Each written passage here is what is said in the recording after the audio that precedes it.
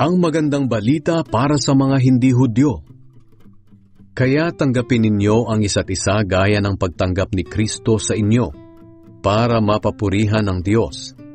Sapagkat sinasabi ko sa inyo na isinugo ng Diyos si Kristo para maglingkod sa mga Hudyo, at para ipakita na ang Diyos ay tapat sa pagtupad ng kanyang mga pangako sa kanilang mga ninuno.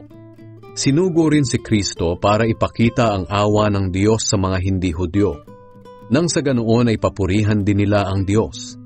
Ayon nga sa kasulatan, pasasalamatan kita sa piling ng mga hindi Hudyo, at aawit ako ng mga papuri sa iyo.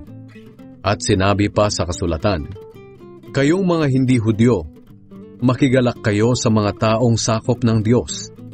At sinabi pa, kayong lahat ng mga hindi Hudyo, purihin ninyo ang Panginoon. Kayong lahat, purihin siya.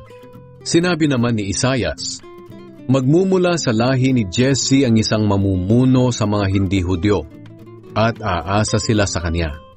Nawa ang Diyos na nagbibigay sa atin ng pag-asa ang siya ring magbigay sa inyo ng buong kagalakan at kapayapaan, dahil sa inyong pananampalataya sa Kanya, para patuloy na lumago ang inyong pag-asa sa pamamagitan ng banal na Espiritu.